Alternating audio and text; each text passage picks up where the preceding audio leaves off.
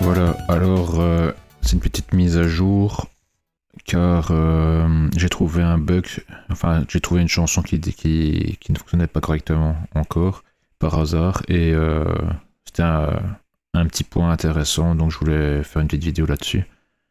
Ce qu'il faut savoir c'est que j'ai fait des petites modifications depuis la dernière vidéo sur le programme. Bon c'est des petites choses, hein, c'est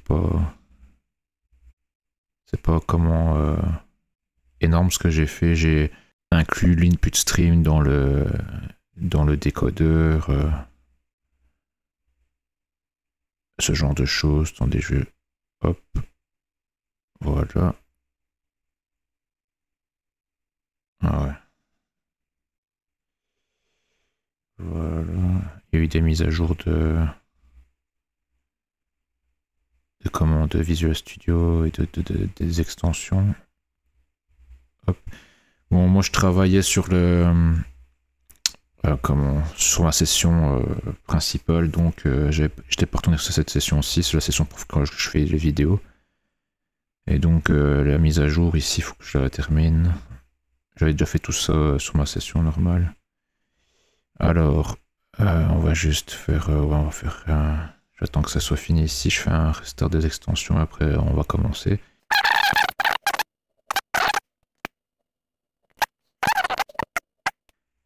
Je ne sais plus exactement où j'en étais dans la dernière vidéo. Je me souviens plus, mais je vais vous montrer le problème. Donc ici par exemple, je vais juste vous montrer ici par exemple, j'ai inclus l'input stream, j'ai rajouté une fonction statique isValidFormat pour savoir si l'input stream est valide. Si oui, après on peut créer un décodeur en incluant l'input stream qui est contenu dans cette classe du coup. Voilà, enfin j'ai fait des petites modifications, mais bon c'est pas très important. Je vais vous juste attendez, from, voilà, je me souviens, c'est dans from S, voilà. Je vais supprimer ce que j'ai fait, je vous expliquerai après c'est quoi. Hop, voilà. Et on va charger la chanson qui ne va pas correctement. Je pense qu'elle est déjà mise. Ok. Vous allez voir.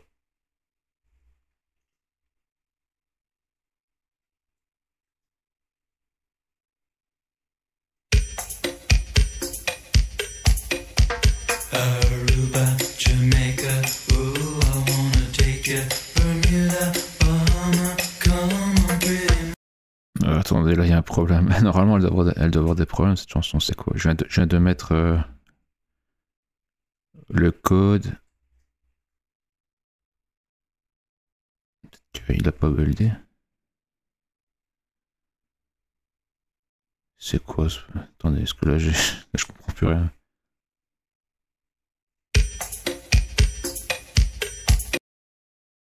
Il y a un truc pas normal là. Il y a un truc vraiment pas normal. Attendez. Et ça c'est une histoire qu'il a pas buildé correctement parce que j'ai supprimé la ligne qui corrigeait le problème et j'ai toujours pas le problème. C'était pour vous montrer. Il y a sûrement un problème avec le fait qu'il ait fait des mises à jour, tout ça. J'ai copié le projet un peu ici sur la session. Et je me demande s'il compile bien, s'il n'y a pas un problème à ce niveau-là. Je vais rajouter la ligne, je vais voir s'il recompile. Ah, il ne fait rien là, j'ai l'impression.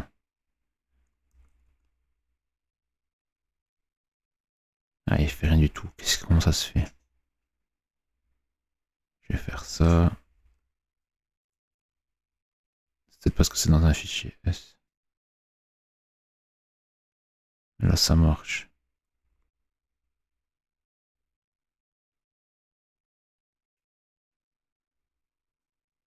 Bon. Sauf que là, c'est juste le main CPP qui a été modifié. Je comprends pas pourquoi ça fait ça. Je lance une vidéo pour expliquer, et comme par hasard, il n'y a plus rien qui fonctionne correctement. Attendez, je vais juste faire une modif ici, alors dans frame CPP. Voilà, c'est encore cause problème. Voilà, là il compile. Donc maintenant je peux faire ça. J'ai bien mis là. Ouais, ok. Normalement là ça devrait aller. On va voir. Je sais pas pourquoi ça fait ça, j'en ai aucune idée. Voilà, vous voyez? Vous entendez? La chanson ne fonctionne pas correctement. Et vous voyez, ici j'ai tout des Huffman code not found. Ici. Voilà. Donc ça c'est la... C'est via... comment? Ici. Donc c'est de ici, donc l'erreur fonction que j'appelle. Je retourne false, donc il s'arrête. Mais ici en fait j'ai ce que j'ai mis, c'est pour éviter de m'arrêter avec une exception. J'ai entouré ça d'un try catch et je récupère toutes les exceptions. Et ce que je fais, c'est que je n'en place pas. Donc la frame que je suis en train de décoder, je ne l'emplace pas. Donc je reste avec l'ancienne frame, la frame d'avant. Et je rejoue la frame d'avant en fait. C'est pour ça que je m'y répète la frame. Le seul problème, c'est que si c'est la première frame qui fait un problème, bah, il faut vérifier que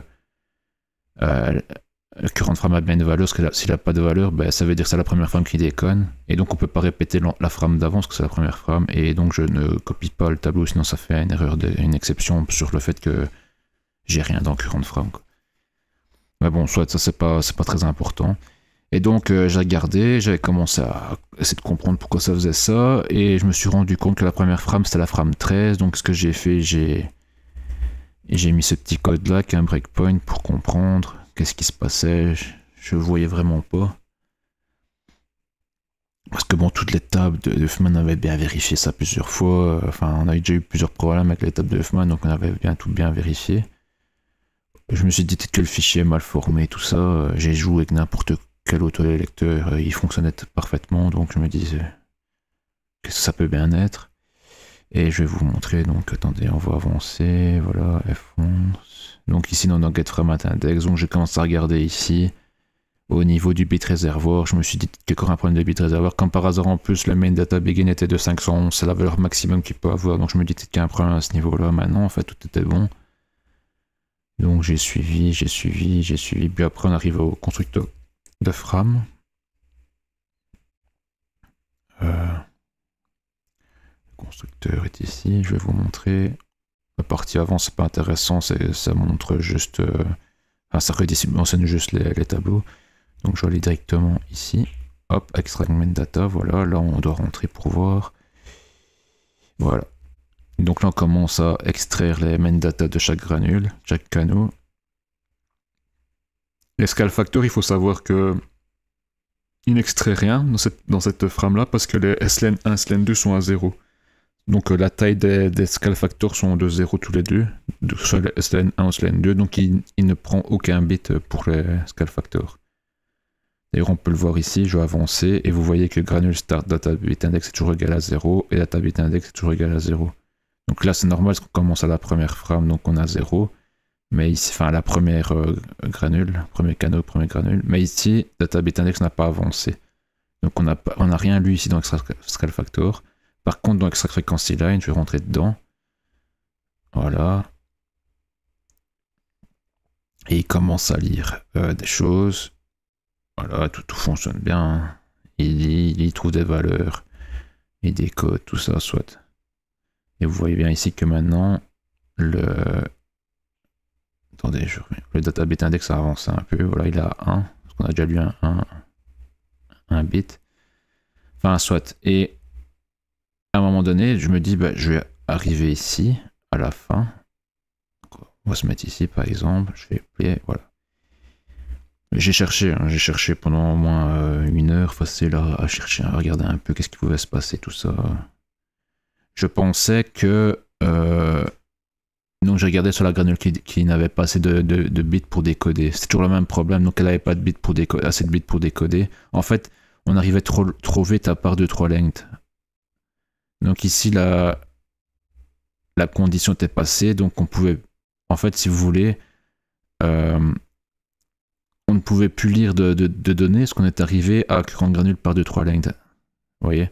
Donc il y avait un problème, le truc n'était pas complètement décodé, c'est pour ça qu'après on avait un Huffman not found. Parce qu'on rentrait quand même ici, mais au moment où il devait lire avec des codes Huffman code, voilà, on fait un get bit enfin ici voilà, le max entry bit length, on dépassait en fait ici. Donc il retourne un std make per nul, et donc comme on retournait un truc nul, bah après on était ici dans le as value égale false, on y trouve l'exception, et c'était pareil pour ici. Donc moi je pensais qu'il y avait quand même un problème de taille ou de choses ainsi, mais en fait quand je me concentrais donc du coup sur les granules qui déconnaient, mais ici je me suis concentré sur la première granule qui fonctionnait encore, celle-là elle fonctionnait correctement, et après je l'ai avancé jusqu'au bout du décodage, et il n'y a pas de... Ici, dans le terminal, il n'y a pas encore l'exception qui est affichée, donc elle est bonne, celle-ci. Mais j'ai regardé, et j'ai regardé ici, current granule, donc la granule courante par 2-3 lengths, on est à 3192, d'accord? Et le... Attendez, hein, il est où? Le data bit index, on a 3186. Donc on est dans un cas de figure où on nous dit qu'on a 3192 bits de disponibles pour le par de 3 lengths, mais on va en lire que 3186. Donc il y a 6 bits qu'on ne lit pas. Et dans toutes les chansons qu'on a jouées jusqu'à présent, avant, on n'avait pas ce problème-là. Il lisait bien tous les bits. Donc tous les par de 3 lengths. Et je me suis dit, tiens, c'est bizarre. Pourquoi on lit pas tout? Et je me suis dit, maintenant, si on lit pas tout, ça veut dire que la prochaine granule, on va commencer au bit 3187. Sauf qu'il devrait commencer au bit 3192. Enfin, on va commencer à 3186 avec le décalage, avec l'index qui commence à 0. On va commencer au 3186, mais on devrait commencer au 3192. La granule, elle considère que son départ est à 3192 la prochaine. Donc je me suis dit, d'où qu'on est décalé, et si on est décalé, on va lire des mauvais bits, et donc on va arriver dans des mauvaises valeurs, et on va dépasser dans les tables, parce qu'on va pas trouver les valeurs dans les tables. Donc qu'est-ce que j'ai fait? J'ai rajouté ici, donc je vais stopper ça, j'ai rajouté ici ceci. Databit index est égal à granule start databit index plus current granule par 2-3 lengths. En fait, ce que je fais, c'est que je force le databit index à se positionner à la prochaine granule. Normalement, il est automatiquement mis à la prochaine granule si on lit bien tout. Mais là, comme vous voyez, il y a des fois où on ne lit pas tout. Et donc, je le force moi-même au cas où. Et je me suis dit, tiens, mais est-ce que dans le document original du MP3, on spécifie le fait que des fois, on ne lit pas tout. Et je vais vous montrer, j'ai trouvé le paragraphe, et c'est vrai que je l'avais lu, et je me souvenais, j'avais oublié de le faire. Attendez, on va agrandir un peu, voilà.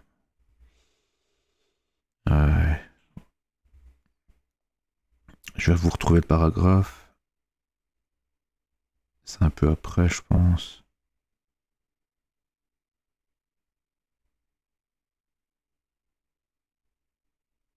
Attendez, hein. C'est ici.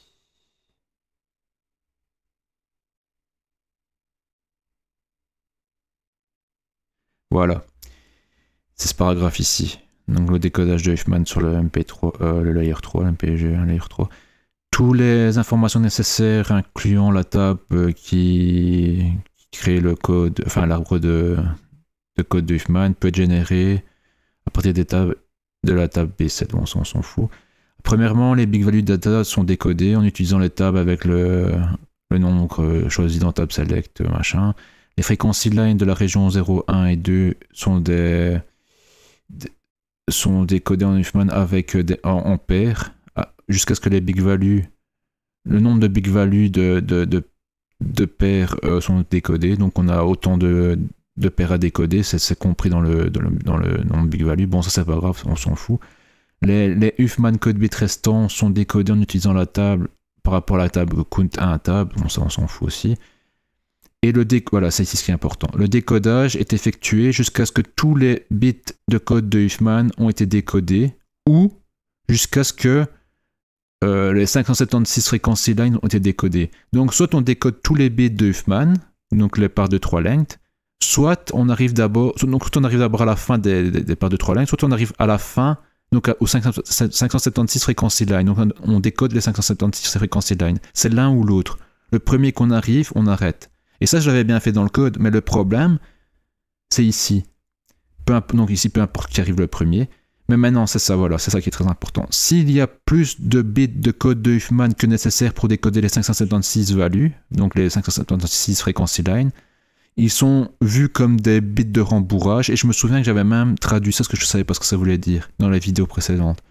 Et ils sont, discarded, donc ils sont pas pris en compte, on les jette, quoi. Donc, ça, je l'avais pas fait, en fait. J'avais bien fait le fait qu'on arrête d'abord, soit, donc ici au big value x2 ou au frequency line 576,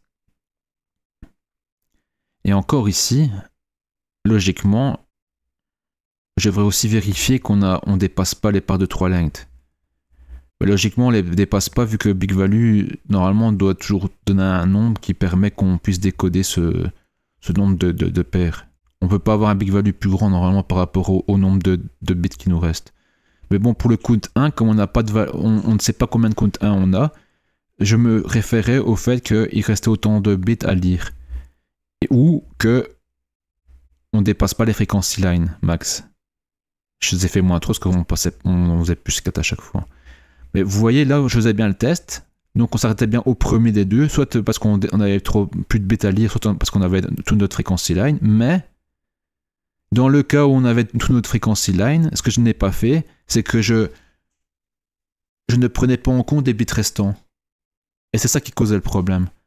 Donc là, ici, ce que je fais, c'est que je prends en compte, enfin, je jette les bits restants, puisque je saute directement à la prochaine granule, au bit de la prochaine granule. Donc je garde plus les 6 bits qui étaient en trop. Et donc là, je vais vous montrer. Enfin, j'espère que ça va bien builder maintenant.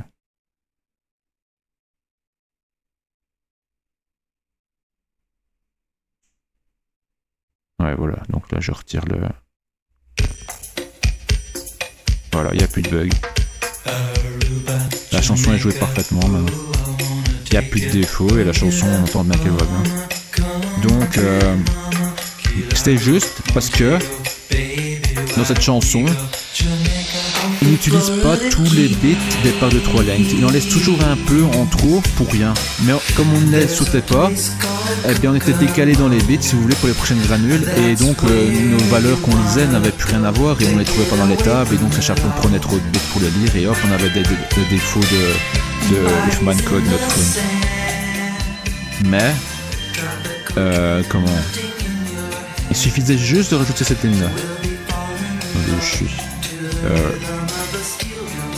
Juste rajouter cette petite ligne là, qui dans toutes les autres chansons ne servait à rien parce que notre data bit index valait déjà cette valeur là, parce qu'on lisait tous les bits.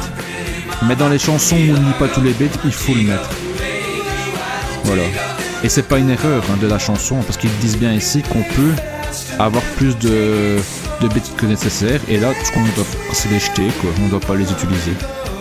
C'est un peu bizarre dans un format qui se veut un format de compression de jeter des bits, mais bon, apparemment, on peut le faire.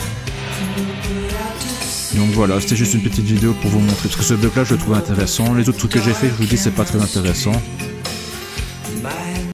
C'était pas très intéressant, comment j'ai juste nettoyé un peu le code, je vous dis, j'ai mis l'input stream dans le décodeur, ça m'a permis de faire de nettoyer un peu plus le code, mais bon, c'était pas très intéressant, ça n'avait rien à voir avec le format MP3. Le seul truc qui est intéressant, c'est ici, donc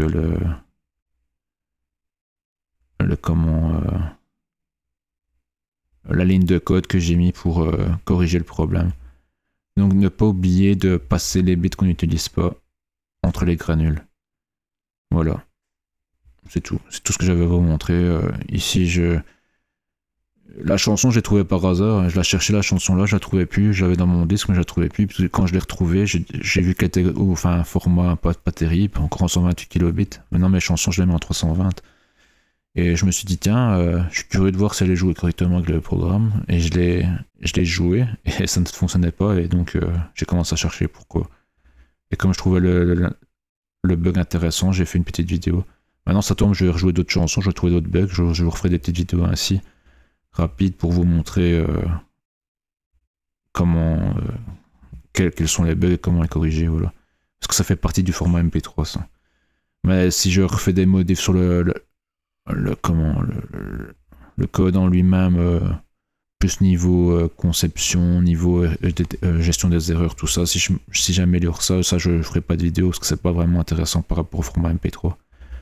Donc voilà, à la prochaine.